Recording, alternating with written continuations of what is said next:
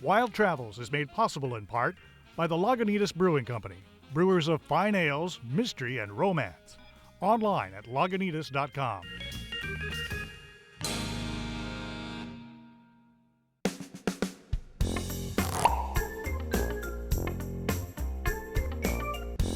Mustard has always gone well with ham, which is maybe why the owner-operator of the National Mustard Museum has got no problem with being the center of attention.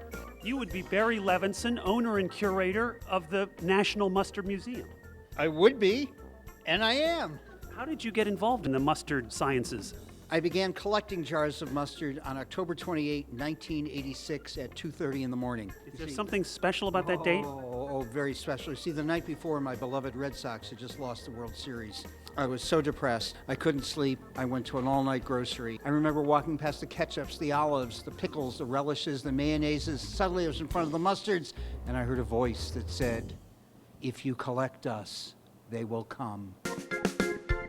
We have the world's largest collection of mustards and mustard memorabilia, over 5,600 different mustards from all over the world, 80 different countries represented in the museum. 80 different countries. Why isn't it the International Mustard Museum then? I mean, Midway Airport has only one flight to Mexico. They call themselves international. You have 80 mustards from around the world. Because I'm modest. You didn't always do this mustard thing. You had a fairly hot A real job. A lawyer? Yes, I was an assistant attorney general for the state of Wisconsin. And so you dropped it all to start a mustard museum. But not before I argued a case at the U.S. Supreme Court with a jar of mustard in my pocket. Won the case 5-4. I'm sure that mustard had something to do with it. It's also poetic justice, because if you know your Supreme Court history, you'll remember Justice Felix Frankfurter and Chief Justice Warren Burger. Did either of them say, "Is that mustard in your pocket? Are you happy to..." That was Sandra Day O'Connor. That was her Hello. last. Hello. You call the mustard the king of condiments. It is. It's been around for centuries. It's not one of these condiment come-latelys like ketchup or salsa. The French were making it back in the 1500s. Shakespeare wrote about mustard. He loved mustard.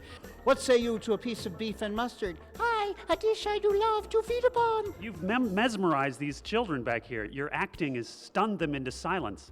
I think I frightened them. You're not frightened, are you? Okay, that's great. This is where we have tours and groups come in and tell them all about mustard and why it's so good for you, why it's healthy. Do you know, by the way, that according to the National Condiment Research Council, ketchup is now the leading cause of childhood stupidity in America? Ketchup is the enemy here, isn't it? Are other condiments equally hated, like relish or...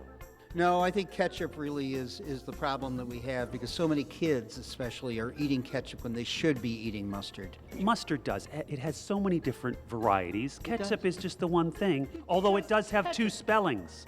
It does. Catsup and ketchup. Have you taken any taste tests yet? We have. Anything you like? I liked the habanero. That sounds hot. It wasn't as hot as I was expecting. You like it really hot. No. Does she? That's my aunt. I don't know. What we have here is an exhibit about mustard and medicine.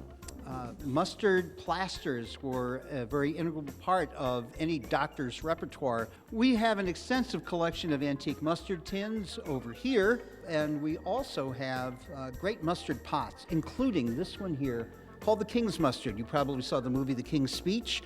George VI.